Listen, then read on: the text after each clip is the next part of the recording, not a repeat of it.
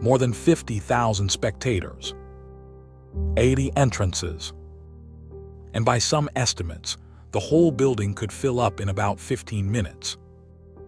That's not a modern stadium.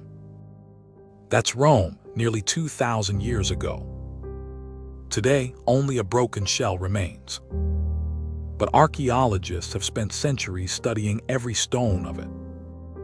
And based on what they've found, we can bring it back.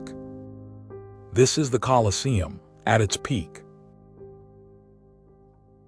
Stand in front of it today, and it's still overwhelming. 189 meters long, as tall as a 15-story building. Even as a ruin, it's the largest amphitheater the Romans ever built. But look closer, and you start seeing the scars. The north side still carries its full outer wall, 3 levels of arches, stacked with perfect rhythm. The south side tells a different story. The outer wall is simply gone, sheared off, leaving a jagged cliff of stone. Walk inside, and the floor of the arena is missing too.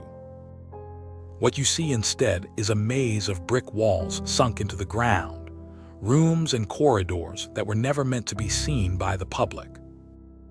And everywhere you look, the walls are covered in small, deep holes. Thousands of them. They're not decoration, and they're not damage from war. Keep that mystery in mind. We'll come back to it. First, let's go back to the year 72 and watch this giant rise. Around the year 72, the Emperor Vespasian started construction on a scale Rome had never attempted before. The project was paid for with the spoils of war, treasure brought back from the conquest of Jerusalem. The builders worked with travertine, a warm, cream-colored limestone. Around 100,000 cubic meters of it, cut from quarries near Tivoli and hauled to Rome block by block. And here's the remarkable part. The main structure used no mortar at all. The blocks were locked together with iron clamps. Historians estimate around 300 tons of iron hidden inside the walls. Level by level, the arches climbed. 240 wooden masts were fitted around the top rim. We'll see what those were for in a moment. The whole thing took roughly 8 years. Vespasian didn't live to see it finished. His son Titus opened the building in the year 80. And according to ancient accounts, the opening celebration lasted 100 days. Rome had built the largest amphitheater in its history. Officially, it was called the Flavian Amphitheatre.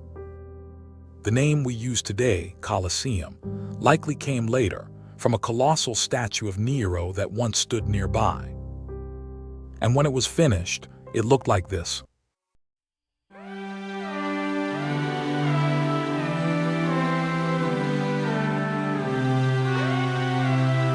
Fresh travertine glowing in the sun, 3 rings of arches, 80 on each level, wrapped around a perfect ellipse. And above it all, a roof made of cloth. That's what those 240 masts were for. They carried the velarium, a vast canvas awning that could be stretched over the crowd, shading tens of thousands of seats, while the arena below stayed in the light. At the center, a floor of wood covered in a layer of golden sand.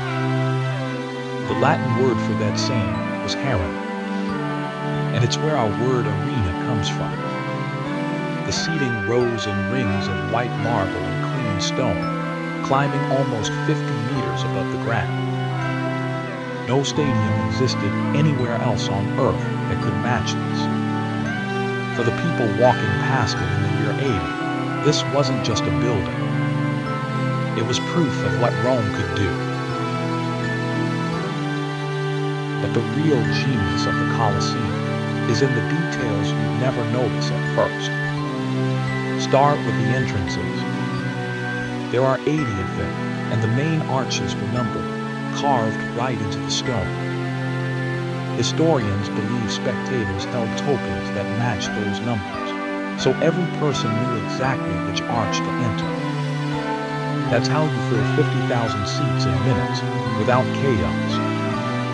Then the floor. Beneath the sand lay the hypogeum, 2 underground levels packed with corridors, chambers, and around 80 vertical shafts. Wooden lifts and pulley systems could raise scenery and cages straight up through hidden trapdoors. To the crowd above, things simply appeared out of the ground. 2,000 years before stage machinery, Rome had already built it. The velarium had its own crew. Operating a canvas roof of that size took specialists. And Rome assigned sailors from the naval fleet at Messina, men who knew how to handle ropes and rigging in the wind. Even the seating told a story. The polished marble rows at the bottom belonged to senators. The higher you climbed, the lower your place in Roman society, all the way to the plain wooden benches at the very top. Every seat, every corridor, every hidden lift, designed, measured, and built without a single computer. So what happened? How does a building like this become a ruin? Not in one day. In the year 217, lightning struck and the upper wooden levels burned. Then came the earthquakes, one in 443 and a massive one in 1349 that brought the whole southern outer wall crashing down. But the deepest wounds came from people. For centuries, the Colosseum was treated as a quarry. Its fallen stone was carted away to build the palaces and churches of a new Rome. And those thousands of small holes in the walls. Here's the answer. Scavengers cut into the stone to pull out the iron clamps, all 300 tons of them, piece by piece. The metal was melted down and reused, and the holes never healed. The building that once held 50,000 people was slowly taken apart by the city it was built for. And yet it's still standing.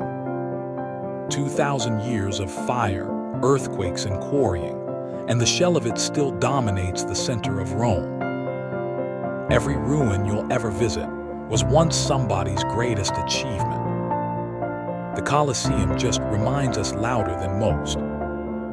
If you'd like to see more places rebuilt like this, subscribe to Render Wonders. Next time, we bring back another wonder the world almost forgot.